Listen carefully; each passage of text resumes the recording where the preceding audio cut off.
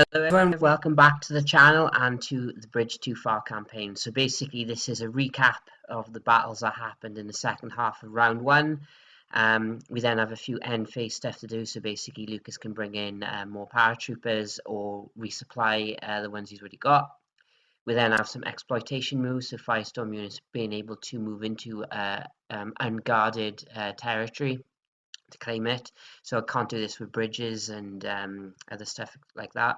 And then we have some reinforcements and then strategic moves. So basically things can move very fast if they're in supply and have a road, as you will see from the Germans. So let's get into it. And what we will have as well, we'll have a summary of how each general is feeling. So we have Lucas and Tom, and they will also mention what their plans are for round two.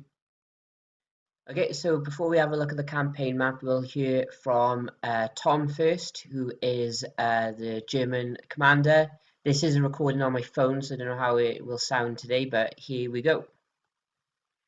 So far, not a bad round for the Germans. In fact, you could probably argue pretty good.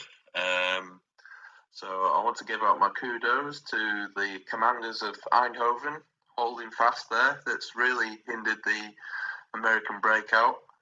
And the chaps that were in charge of destroying the isolated paras near Arnheim, again, very well done. I myself took charge of attacking the paratroopers, US paratroopers. So the fact that we've been able to kill a couple of paratrooper units has been good, and holding Eindhoven has also been good. However, developments has mean there are a couple key pressing areas. So there's a couple of bridges that I've got my eyes on that I think that we need to take in order to hold the line, because we can't stop the Allies everywhere unless all the battles go our way, obviously. So I'm just trying to figure out where I want my next key stages to go, and trying to earmark potential attacks on isolated paratroopers, because I do believe if you let the paratroopers do what they want, they will cause absolute mayhem. So it's basically trying to stop the flood in certain places and just key up certain paratrooper attacks. But overall, going well, and want to give my thanks to all the German sub-commanders, and hopefully I can leave with more good key examples in the next coming weeks. So that was Tom, the German High Commander, and again, thank you again to everyone who's been taking part in these battles. Of course, it would take me probably a good year to play all these myself, so this always a big help. Basically we get people in Australia and Canada playing these games, and of course Georgia and America as well. So please keep it up, guys. Right, so round one was a pretty successful round overall. Eindhoven not being taken is obviously a significant setback. We'll need to push hard to take that next turn. It's not an option, it needs to fall. A big hats off to all the commanders who played paratroopers historically with no armor in their lists. I tried it twice myself. It is by no means easy, so well done to the people who took bridges using that method. My allied commanders doing a great job there. Going forwards, the loss of the paratrooper units in the kind of west of the map was obviously a blow, but it's not crippling. It has meant that the Germans can reinforce using the roads, which I was trying to avoid, but it's just going to mean that Nijmegen is going to be a fierce battle site this round. Once Eindhoven has fallen this round, which will happen, it will fall. I have utmost faith in my Firestorm units and commanders. Once Eindhoven has fallen, Nijmegen is going to be the big pitch battle for this round. It's a matter of holding what we've got, letting the tanks move up and consolidate, pushing those damn Jerrys out of the Netherlands for good. So there we go, that was Lucas, British High Command there.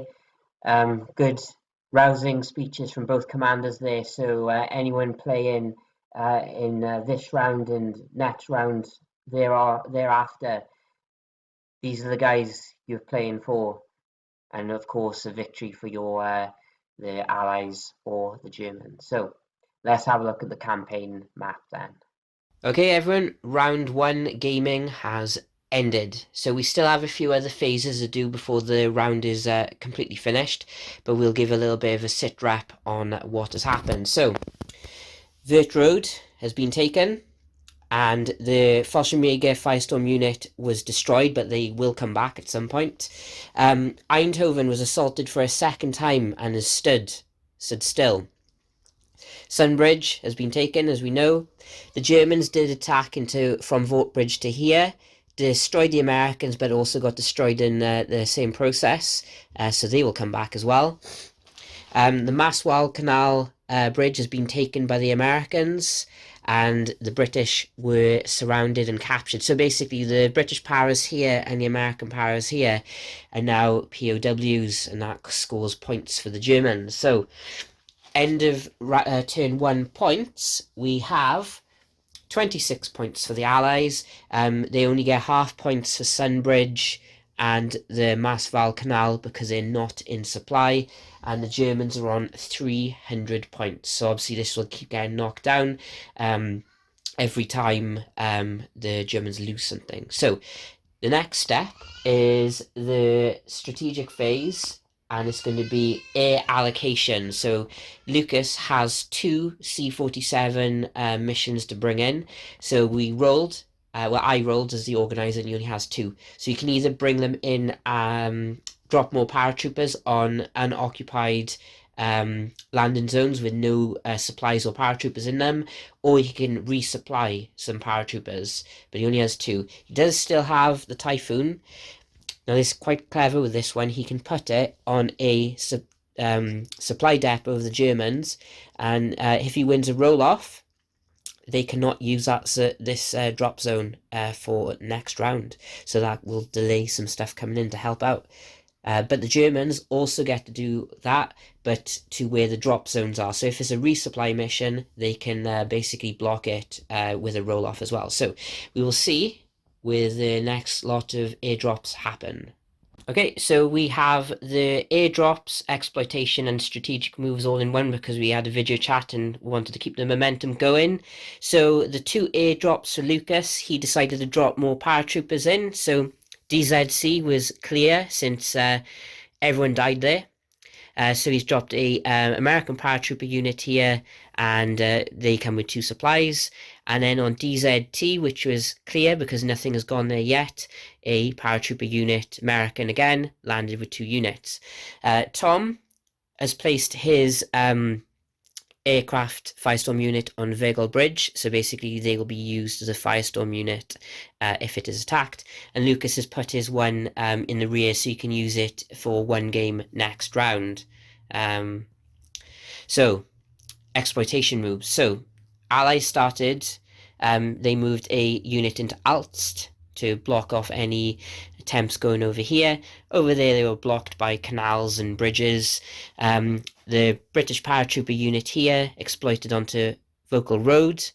The paratroopers at DZT went onto Vila Road to basically block anything coming from Cleve. And then the para unit at DZK has gone onto Halderan so they can attack Nijmegen Bridge from the north. There were no exploitation moves from the Germans because the only ones they could do were with security troops, and that is not allowed. And then, before we had our strategic moves, some reserves came in. So the Guards Shermans have reappeared on Volkswagen Road to try and help out at Eindhoven, and a Sherman unit has gone onto Vert Road to help here. And then the Germans had a bunch of reserves coming in. They had a Panther unit coming from the Ruhr, which in a strategic move drove all the way to Eindhoven. Nothing came from Cleve. The Fallschirmjäger that were destroyed last round turned up here, and they've moved to there. We had a security unit move from Amsterdam that have gone on to Utrecht, and we had a tank unit, so it can be anything, arrived from Apeldoorn and has driven all the way to Nijmegen. So they're beefing up the defences with this security unit. The SS unit that was on Alstrode moved to Nijmegen Bridge, and we had a Panzer unit from Arnhem move on to Elstrode. The security unit from Arnhem West moved to Eedrode, and down here we had an SS unit in Boodle as pulled back to Eindhoven. So although they have 3 units, they can only use 2 at once, but some beefy defense right there now. The AA unit has moved from here to there, not saying them. And then we had another security unit arrive from Rotterdam, and they've gone onto Tilburg Bridge with the AA unit to beef things up. So Germans are really starting to beef up their defences into key areas. Eindhoven was a pain not being taken. So what we're going to do now is we're going to place the battle arrows, the first 6 battle arrows for round 2, sorry. So everyone, the campaign board is set for round 2. So what we're going to do again is we're going to do 6 battle arrows representing the first half, complete all the battles, and then we'll do another 6 battle arrows like we did last time. So for this first half, these games are basically going to the gaming club where Tom and Lucas, basically the German and British generals, are playing. So I'll be doing 1 game, so there'll be no games going out to people this round. So I know a lot of you are moving around and have got busy schedules anyway, so keep an eye out for round 2, and that'll be open again for the general public. So let's find out where game 1 is going to be. Game 1 is the 3rd Battle of Eindhoven. So the British won the initiative roll off this time, and they're being supported by Guard Sherman's Sextons, and the Germans are being supported by a Panzer unit and SS Armoured Panzer Grenadiers. So, Game 2. Game 2 is Helmand Bridge, and this is going to be seeing the 11th Armoured Division and Sextons attacking. The only Firestorm units in place here are going to be the bridge defence units, so you can only ever have 2 and 2 basically involved. So bridge defence, as we've seen before, is an 88 and 2 centimetre AA guns. So that is Game 2. Third battle, the British won the initiative again, so basically the paratroopers attacking from Vocal Road and down onto Gurmut Road. So no Firestorm units available here for the Germans, and the British will be getting a free paratrooper unit. So on to Game 4. Battle number 4 is to Grossbeck Heights. The Germans won the initiative here, so they're attacking with their variable tank unit, also just tank troops.